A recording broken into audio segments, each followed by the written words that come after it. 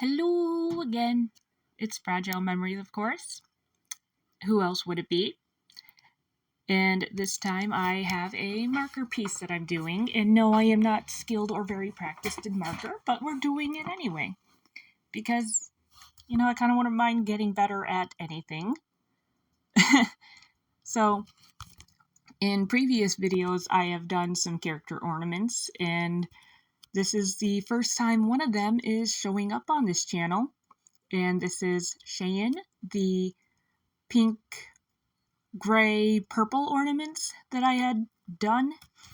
Yeah, this is a character that those ornaments were based off of. And yes, I still really like those ornaments.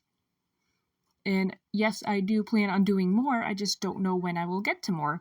I have a lot of projects that I want to do in general. I will never have enough time for them all. Or skill. Skill's a big issue. But, yeah. So I actually got most of these Copics, a couple sets for a gift. And then most of them came from a Hobby Lobby clearance. And that was the first time I did like any super splurging at an art store. Like, I buy stuff from Hobby Lobby often enough, but that was like the first time I super splurged. And yeah, it was kind of fun. I had the extra money, so I'm like, $8 versus $2. Yeah, I think I'm getting a pretty good deal here. So I probably bought way more markers than I need, and there are some that are dried out. The gray that I used on his hair, the lightest shade of gray, is drying out, and I need to look at getting some refills and then learning how to refill my markers. But that is a future me problem. I always find it super tricky to try and shade and highlight things that are super, super light or super, super dark. So the shirt, I didn't really know how to shade, but we guessed our way through it, as I always do. And there was a time in here I realized that my original drawing looked a little different than what I ended up putting on paper. And you'll see a quick pop-up of the cutout that I did. Oftentimes, because I end up erasing so often, I'll draw on computer paper, and if I want to make it bigger, I will enlarge it using my computer, and I'll just trace it on there. I turn the touch screen off so that I can trace it. Otherwise, yeah, it's very sensitive even through the paper. I don't get it. I don't understand technology. It is what it is. So I just turn the touch screen off. And I'll make it the size that I want, and then I'll cut it out, and then I'll just do the outline, and then everything else is a little easier to do inside. It's maybe an unnecessarily long process, but to keep my nice paper a little cleaner, that's what I found has worked for me. And yep, there's the pop-up that I was talking about. I had like more of an open back on his shirt, and I actually kind of really like that design. I'm redoing this one digitally as well, and I am playing with the open back on that. But I think it still looks nice as is. Like, this is fine. I'm not against it.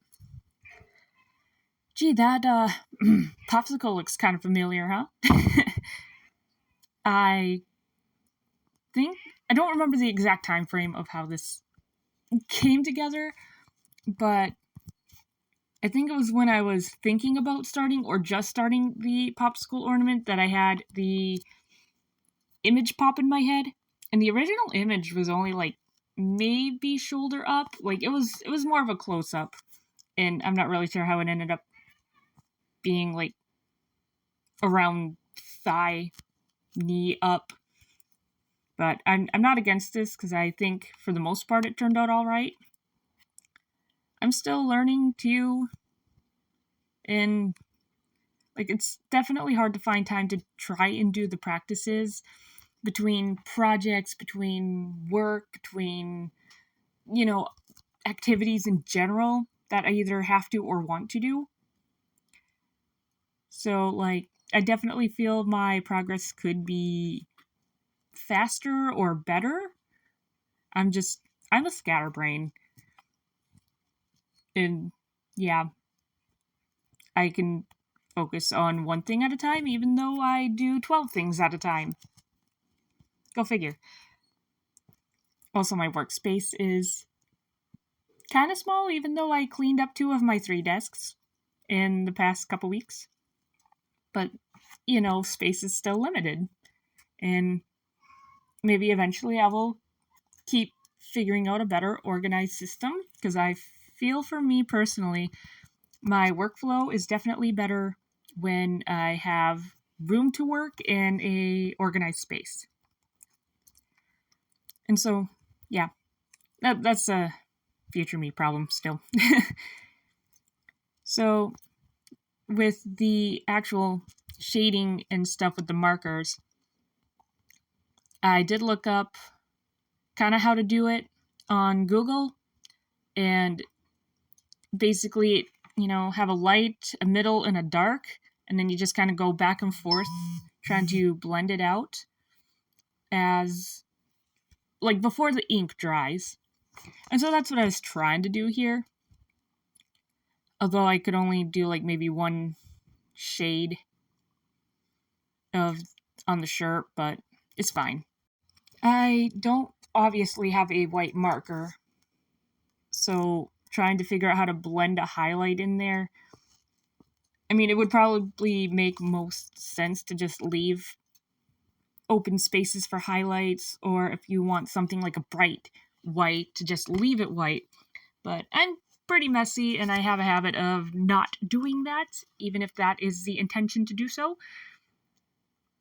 So I definitely need to find me something to use to make those highlights with. I do have, like, some of these jelly roll pens, and the idea of them, super cool. But I don't know if mine are dried out, or,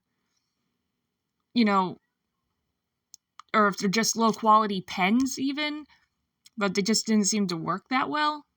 I mean, I'll try the other ones, I guess, yet, but when I was playing with it on this particular project, it just didn't work very well.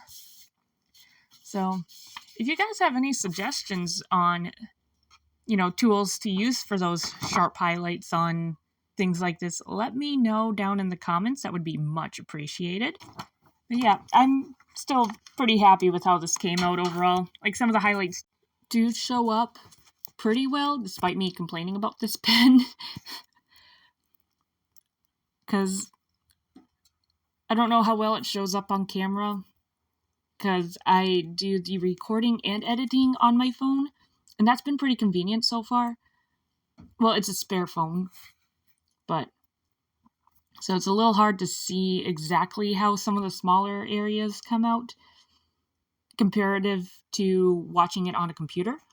But at least, the picture that I have, the highlights on the purple part of the popsicle show up really nice. The eyes have a little bit of highlight in them. That's something else I want to work on, is just, like, the coloration of the eyes and stuff. Because people can make those look really, really pretty, and I always feel I fall short in that area. And that's kind of like a big highlight for me, is, like, the eyes. So, yeah. This is me thinking it's done. And then I set it down and decide I missed some spots. I took my black pen and I just reinforced some areas that would have, I think they're called occlusion shadows, where, like, 2 things that are touching, it creates that thin black line, just to give it some pop. And yeah.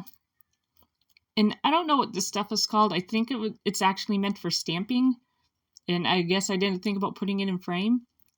But yeah, one of the houses I work at, she did a lot of art, so she has stuff like this. So occasionally I get some stuff from her, and this is something that she gave me. It's like this metallic, shiny type powder, and I just put a little bit across the paper, to give it a little extra something for the background, and I like shiny things. And for whatever reason, with this character in particular, I'm always thinking shiny things need to be added. I don't really know why. I mean, this is a circus-themed character. This is a casual outfit, though, that I went with. But he's not really the type to like dressing up and have like the face makeup or shiny things or stuff like that. But I always feel the need to add it in anyway because I like it. I think when I got this stuff, that was the first intention, was drawing this character and adding that shiny stuff on it. It's okay, I really like it. I don't think it shows up too well on camera, but I really like it, and I really like what it adds to the picture. It's just that little something extra that it really, really needed. So, thank you all for watching this. I will hopefully see you all next week. Please like, comment, subscribe, and yeah, just have a good day, and we'll see you next week. Bye-bye!